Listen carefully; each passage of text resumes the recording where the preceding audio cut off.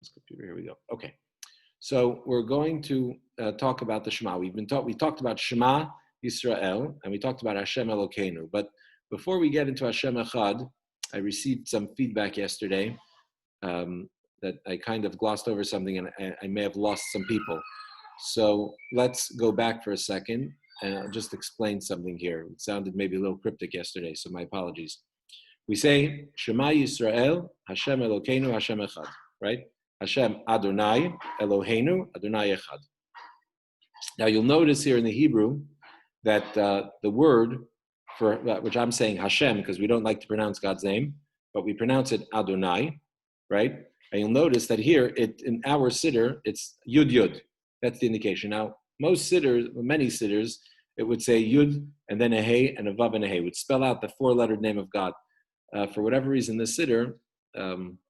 I would suggest the reason is because people use siddurs a lot, and sometimes the pages tear, and God's name, we don't pronounce it, we don't even spell it, and we certainly don't want to, God forbid, tear it on a page. I think that might be one of the reasons, possibly, why in earlier printed versions, they would have it as Yud Yud in many different siddurim. And so it just sort of remained this way. So Yud Yud is really an indication for the Yud Hey Vav Hey. Now, that's God's name, which, again, as I said, we don't pronounce it. If you read those letters, it would not sound anything like Adonai, and yet we pronounce it Adonai. Adonai is another one of God's names, right, which means Lord or right, Master. But that's how we pronounce God's name. God's name, as it is written and pronounced, only took place in the temple. We read on Yom Kippur in the account of the service in the temple on Yom Kippur. It says when the people all gathered in the temple for the Kohen Gadol service on Yom Kippur, when they'd hear the name of God, the ineffable name of God come out of His name, everybody would hit the deck. Everybody would prostrate themselves and bow. Right. So that's a very big deal. The name of God.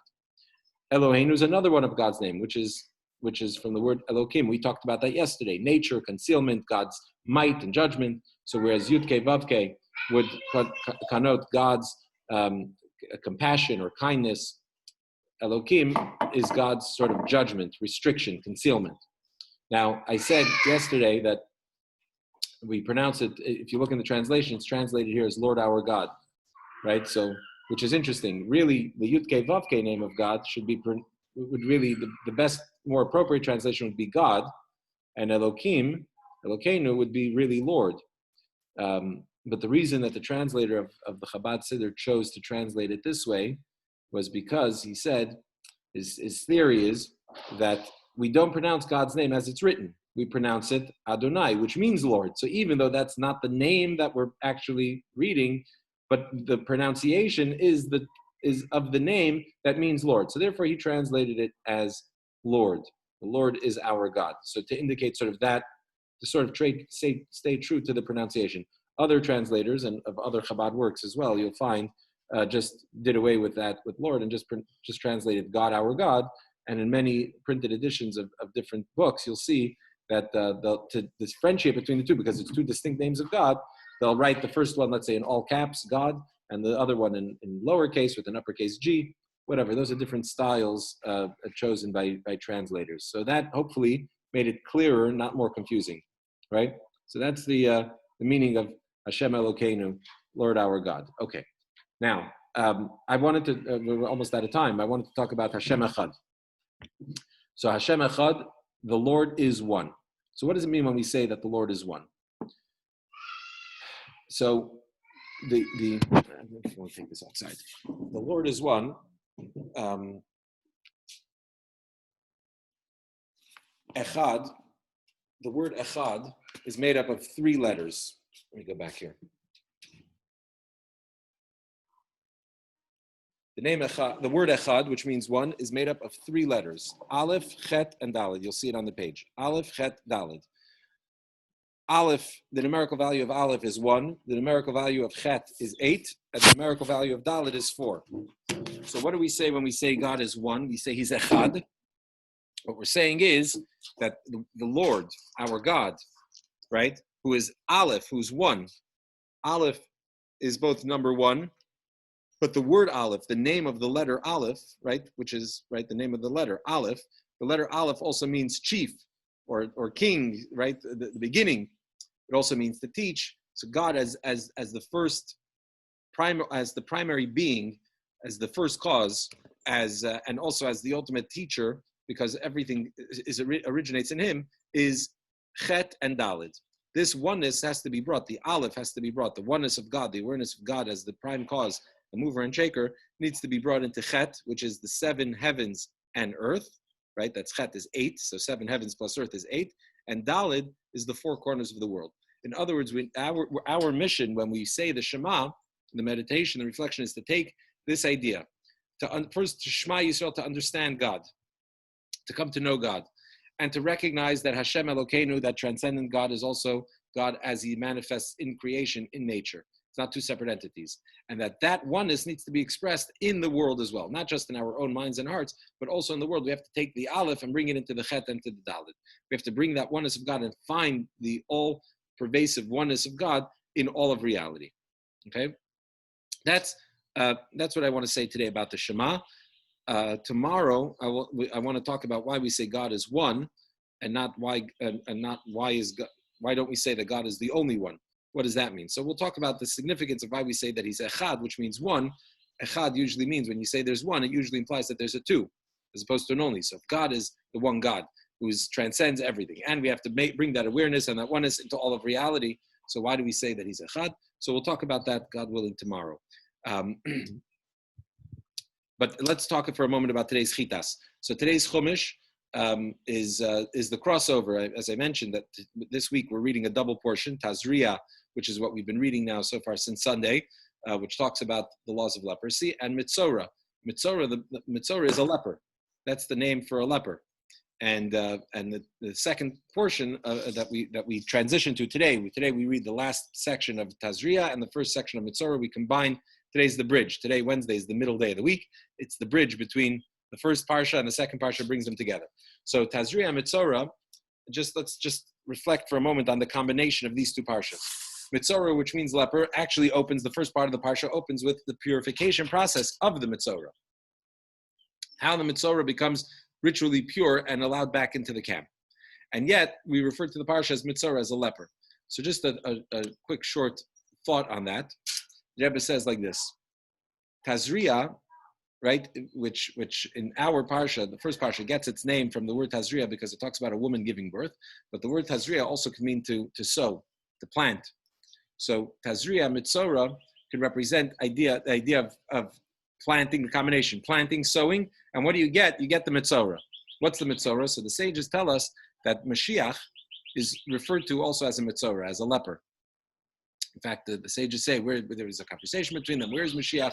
And they say that he's sitting among the Mitzoraim outside the camp. He's sitting all bandaged up because he's all bandaged because of all his legions, and he's removing his bandages all at once, thinking that any moment he could be called to come. So we find that Mashiach is called a Mitzora. So what does this mean? It means that a person needs to live life sowing, which is hard work, right? When we plant and we work and we lay the groundwork, but the purpose always has to be that Tazria has to lead to Mitzora, especially in a year like this when we're reading the 2 portions together, which is what we generally do. We have to realize that Tazria, all that sowing, has to lead to Mitzora, has to lead to Mashiach. In other words, in practical terms, what it means is that we can't see ourselves right now sitting in exile, spinning our wheels, and not making progress. We have to recognize that we're progressing towards Mashiach, that all of reality, with all its hardships, with all of its challenges, with all of its setbacks, everything though, and with all of its concealment and challenges, are really all leading up to Mashiach.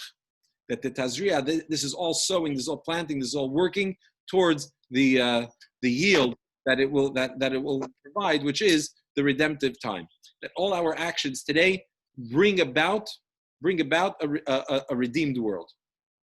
So that's a little thought on Tazria and Mitzora, and we have to bring those 2 together, meaning not just that we should think that what we do now eventually will pay off, but bring them together, meaning that already start to feel it and sense it and feel the goodness that comes into the world whenever we engage in Torah and mitzvahs and acts of goodness and kindness. Okay, so that's a little thought on Tazria and Mitzora. Let's conclude with today's Tanya. And today's Tanya really relates a little bit to the Shema that we've been talking about. So in the Tanya, we finished chapter 42 today of Tanya, and the Alter Rebbe talks about the fact that, give me a second to get my bearings about me. Alter Rebbe talks about the fact that we've been talking about meditations to arouse a fear of God and awe of God, right? So now the Alter Rebbe says like this, that what we're talking about is a fear of God where we recognize that God's always next to us, right? We've been talking about it the last couple of days, where God is always next to us. Since he fills all of the world, and since he knows it intuitively, just as we would sort of know our own bodies intuitively, God's always there. He's always with us.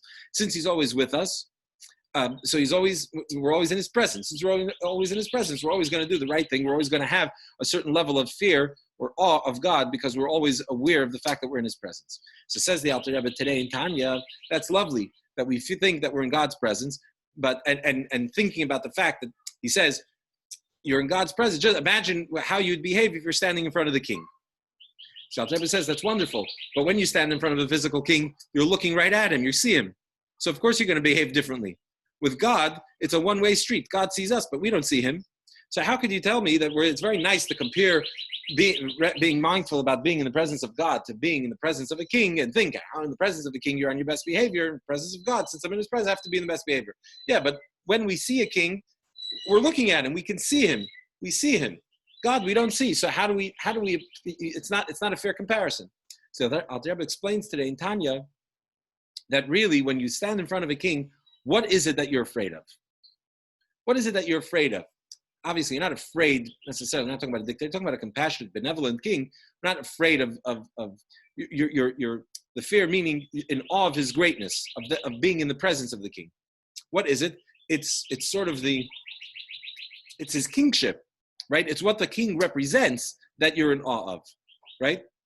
And what's the proof of that? If the king is sleeping, you don't behave in the same way as if he's awake.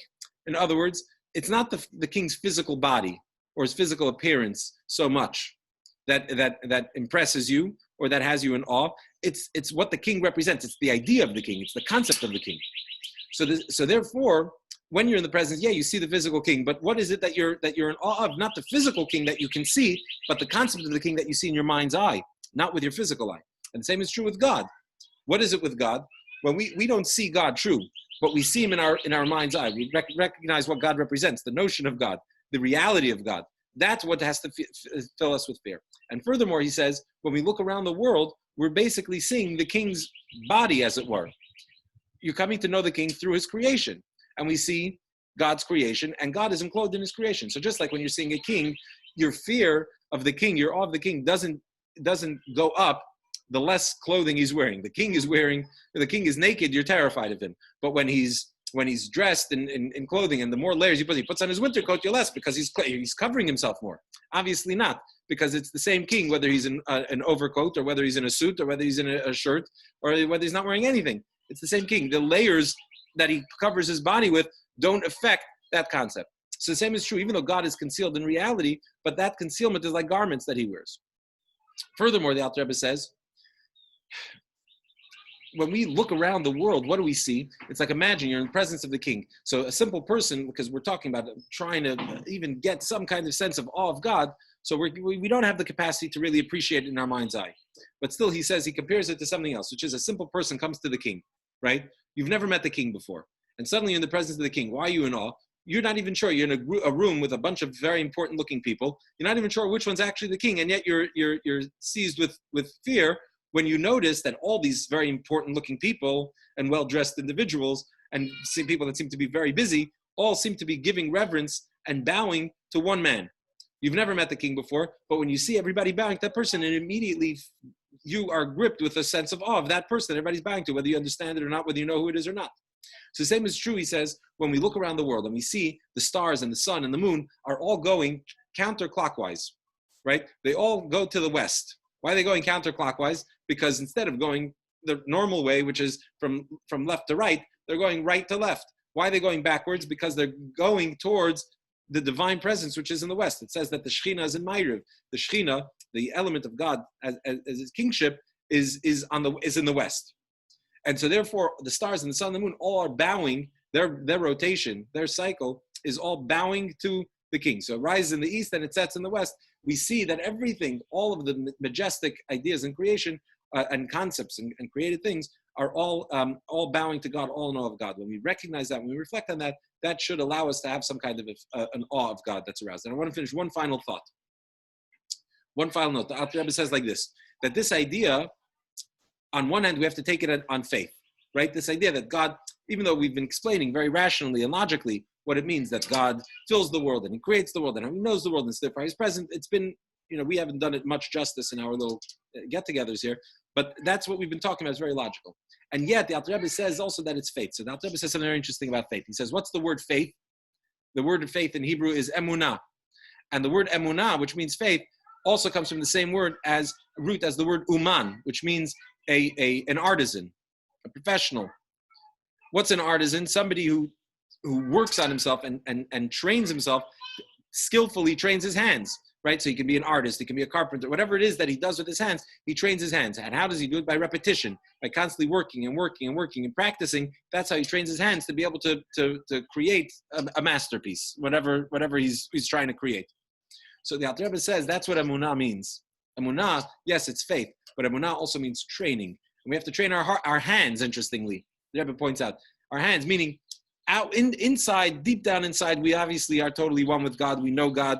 We don't deny God. There's no doubt about it. But we have to train our hands, meaning the external part of ourselves, parts of ourselves that seem to be sort of resistant or hesitant or not fully aware. We have to train that. That's emunah, to train it, to constantly think about these things, to reflect about these things, to discuss these things, to ask about these things. And when we do that, we can now train ourselves to be professional fearers of God.